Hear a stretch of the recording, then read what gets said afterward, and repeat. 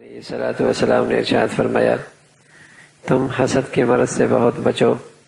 حسد آدمی کی نیکیوں کو اس طرح کھا جاتا ہے جس طرح آگ لکڑی کو کھا جاتی ہے۔ بعض طبیعتوں میں حرص ہوتا ہے، تکبر ہوتا ہے، وہ اپنے سے آگے بڑھتا ہوا کسی کو دیکھ نہیں سکتے، کسی کو ٹھنڈی آنکھوں سے اچھا کھاتا، اچھا پیتا، اچھا پہنتا، اچھا کماتا نہیں دے سکتے، تو اور تو کچھ نہیں کر سکتے اگر ہاتھ سے نقصان نہ پہنچا سکیں اور زبان سے اسے نقصان نہ پہنچا سکیں، تو دینی دل کے اندر ان کے اندر ایک آگ جلتی رہتی ہے اور اندر ہی اندر اس کا خون جلتا رہتا ہے۔ تو رسول کریم صلی اللہ علیہ وسلم نے اس کو مرض قرار دیا اور بڑی بد اخلاقی قرار دیا۔ حاسد آدمی در حقیقت اللہ کے فیصلے پہ اعتراض کرتا ہے کہ اسے کیوں ملا، مجھے کیوں نہیں ملا۔ یہ اللہ کے فیصلے پہ اعتراض کرتا ہے، یہ چاہتا تقسیم میرے واسطے سے ہوتی اور جیسے میں چاہتا ویسے ہو۔ تو ایسا شخص محسود کا تو کچھ نہیں بگاڑتا، لیکن اپنا سب کچھ جلا دیتا ہے۔ ایک طرف تو اس کے جسم کا خون جلتا ہے، دوسری طرف اس کی نیکیاں جلتی ہیں۔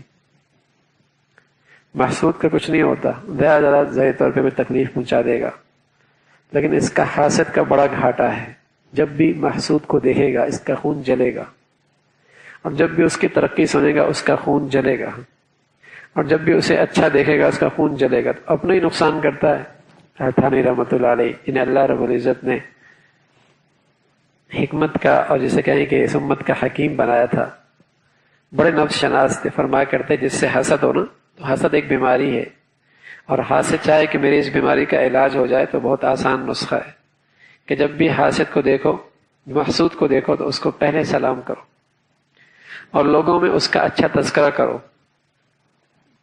اگرچہ سانپ جسے کہیں کہ بڑا مشکل کام ہے، اس لیے کہ اسے تو مزہ آتا ہے اس کی غیبت کرتے ہوئے، لیکن فرمایا اگر اپنا علاج کرنا چاہتا ہے تو پہلے سلام کرے، اور جس سے حسد ہوتا ہے اس کی تعریف کرے، لوگوں کے سامنے محفل میں اسے اچھے تذکرے کرے، اور کبھی کبھی اسے ہدیہ اور تحفہ بھی دے دیا کرے، تو اس کی برکت سے اس کے اس موذی مرض سے نجات مل جائے گی۔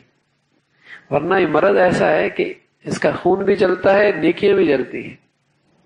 بعض طبیعتیں ہوتی، کسی کو اچھا کھاتا دیکھ نہیں سکتے، اچھی شہرت انہیں برداشت نہیں ہوتی، اچھا پہنتا نہیں دے سکتے، اچھا اٹھتا بیٹھتا نہیں دے سکتے، یہ اندر ہی اندر جلتا رہتا ہے، کیوں ملا؟